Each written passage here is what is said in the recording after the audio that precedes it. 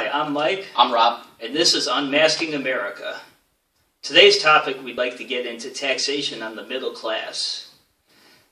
And I'd like to say that, it's funny how the middle class is the class that has almost nothing, and somehow they still seem to take from this class. And we suffer more and more as the time goes on.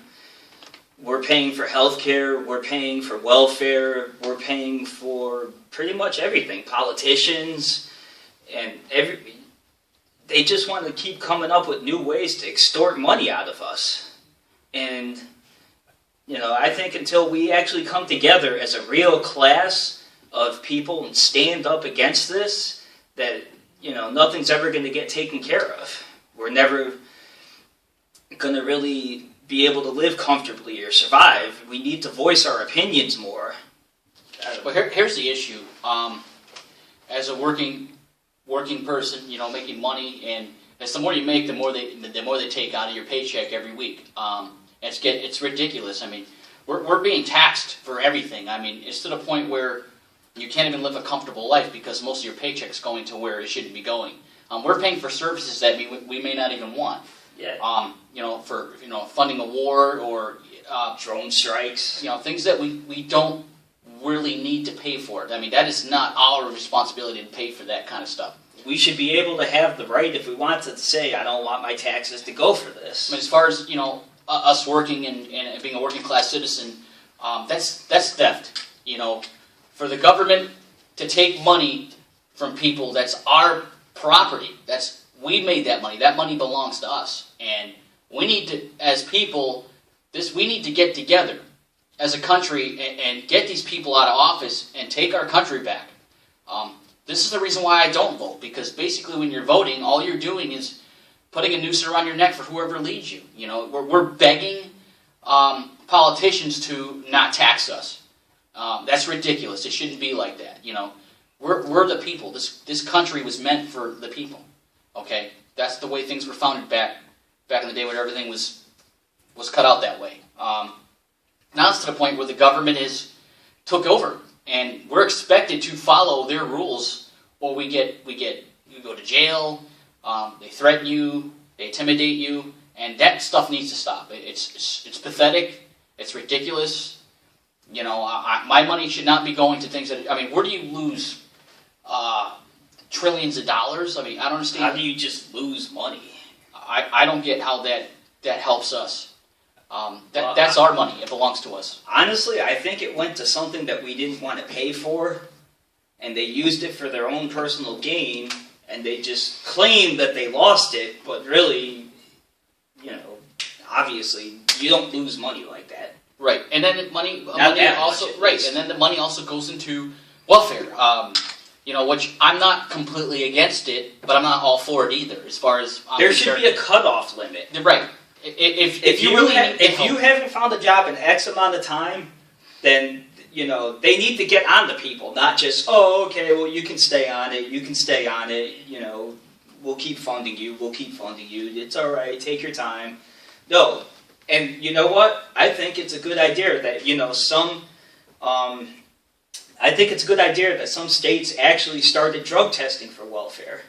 We should do that. Because if you're on drugs, that means most likely you're not going to work. So, obviously, that would cut out most of the problem there.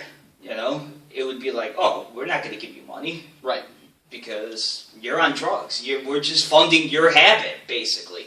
And we're taking from good, honest, hardworking people to fund your habit. I mean, as a person, at one point I was on assistance, but the thing is, I eventually got off it, and I got myself a job. I mean, you need it when you need it. I mean, there are other ways you can get food and things. And I just don't understand why people who work hard for their money go to a grocery store and you see people who don't have jobs have nice cars, they have carts full of food, while I'm sitting here, going to the store spending my hard-earned money on food and barely getting even remotely near what they have.